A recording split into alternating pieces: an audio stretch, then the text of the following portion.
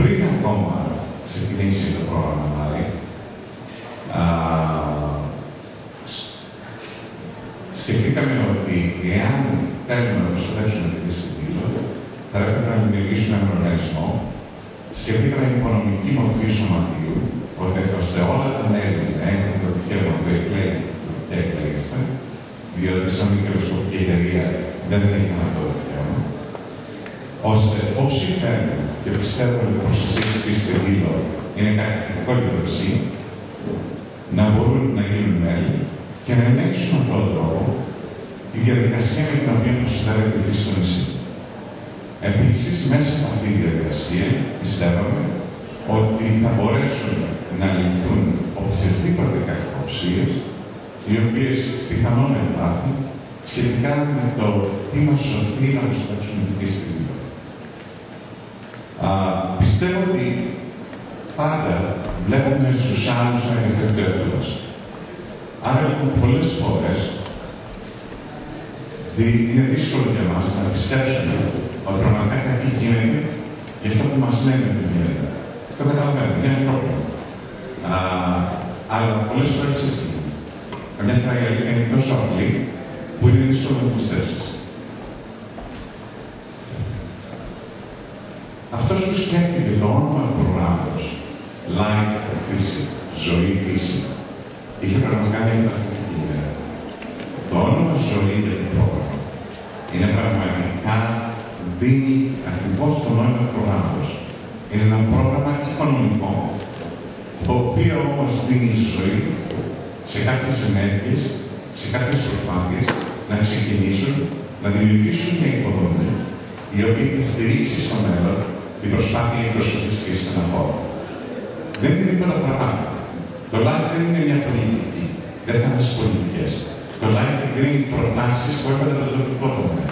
Δηλαδή, ο Δήμος, σαν δικαιούχος του προγράμματος, υπέβαλε ένα πρόγραμμα στην Ευρωπαϊκή Επιτροπή για χρηματοδότηση και η Ευρωπαϊκή Επιτροπή το ενέκρινε. Δεν υπέβαλε η Ευρωπαϊκή Επιτροπή αυτό το πρόγραμμα στο Δήμο. Ο Δήμος το ζήτησε. Αυτό είναι κάτι πολύ σημαντικό να το καταλάβετε. Η Ευρωπαϊκή Επιτροπή μέσω του προγράμματος LIFE δίνει ζωή σε ένα όνειρο, σε κάποιες επιθυμίες που είχε η τοπική κοινωνία, ο Δήμος, για να προστατεύσει το περιβάλλον. Ο κύριος, το θεωρώ σημαντικό, γιατί πλέον ζω στην Δήλο 6 χρόνια, οπότε και πρώτη φορά ήρθα στο νησί πριν 35 χρόνια. Οπότε ξέρω ότι την Δήλο πριν 35 χρόνια. Είπε πριν ότι η δήλωση ήταν πολύ καλύτερα, η φύση της πριν 50 χρόνια. Ναι, είναι αλήθεια, αλλά γιατί πρέπει να το εξάσουμε αυτό λίγο. Θέλω να μιλήσω αυτό. Πριν από 50 χρόνια, η δήλωση είχε έναν υγιή πληθυσμό. Είχε έναν πληθυσμό ο οποίος καλλιεργούσε το νησί, ο οποίος έδινε ζωή στο νησί. Όταν καλλιεργούνταν όλα τα χωράφια, όλες οι πεζούλες, μέχρι κάτω τον Μπούτσουμπα, με σιτηρά. Είναι φυσιολογικό ότι υπήρχαν υπέρβηκες, οι οποίες ήταν άφθονες, μπορούσε και ο κόσμος να σκοτώσει τις υπέρβηκες και να φάει, και πάλι να μην επηρεάσει τον πληθυσμό τους, γιατί με τόση τροφή για αυτά τα άτομα, υπήρχε μια αυθονία, με αποτέλεσμα ότι υπήρχαν πιο πολλοί αιτοί. Ο άνθρωπος στην Δήλο δεν υπήρξε ποτέ πρόβλημα με το περιβάλλον. Αντίθετα, η απουσία του δημιουργήσε πρόβλημα. Και εκεί είναι που το LIFE έρχεται να καλύψει αυτή την ανάγκη. Όταν λέμε ότι μέσα στο LIFE χρηματοδοτεί την καλλιέργεια των σιτηρών, είναι γιατί οι κάτοικοι της Δήλου για οικονομικές ανάγκες μετά τον πόλεμο, ξέρουμε και τις δυσκολίες, έφυγαν αναζητώντας ένα καλύτερο μέλλον στο εξωτερικό, στην Αμερική, στη Γερμανία. Δεν έφυγαν γιατί το ήθελαν, δεν έφυγαν γιατί τους άρεσε αυτή, δεν ήταν επιλογή. Ήταν η ανάγκη που τους όθησε προς τα έξω.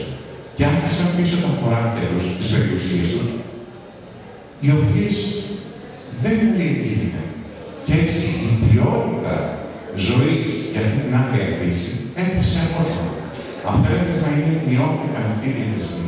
Αυτό είναι το προϊόν που σήμερα, λόγω των καινούργιων συνθηκών που έχουν δημιουργηθεί παγκοσμίως, με τα προβλήματα που έχουμε από τα περιβάλλον σε παγκόσμια κλίμακα, είναι είδη που είναι αποτελεσματικά εξαφάνιση. Όταν παραδείγματος χάρη στην Δήλο έχουμε 8 ζευγάρια αγριοκρακίνας που φωτιάζουν και μένουν στο νησί. όταν σε όλη την Ευρώπη έχει μόνο 375 ζευγάρια. Είναι συγκλονιστικό το νούμερο. 8 ζευγάρια και καραντίνες. Τις βλέπω εγώ καθημερινά. Τρώνε Ευρωπαίους, τρώνε φίλια. Είναι ένα συγκλονιστικό νούμερο. Έχουμε 5 ζευγάρια συζητών. Να μιλάμε για δουλειά που είναι σε μέγεθος αϊτού.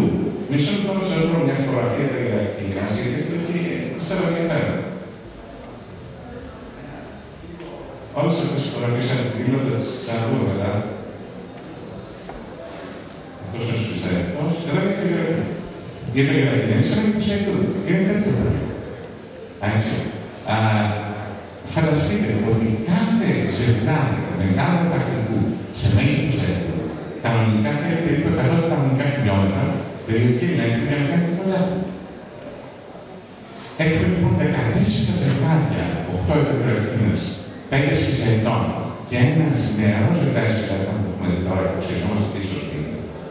Μιλάμε δηλαδή για έναν υπερπληθυσμό μεγάλων πρακτικών, που η μόνη δικαιολογία είναι η απαγόρευση του κυνηγίου, άρα είναι καθιστή θεραπείες, υπάρχει διάθεμη τροφή, υπάρχει νερό και λόγω των ορεινών όγκων δημιουργούνται κλειστές περιοχές ελέγχου για κάθε φωλιά, με αποτέλεσμα η μία δουλειά να έχει απτυχία από την άλλη.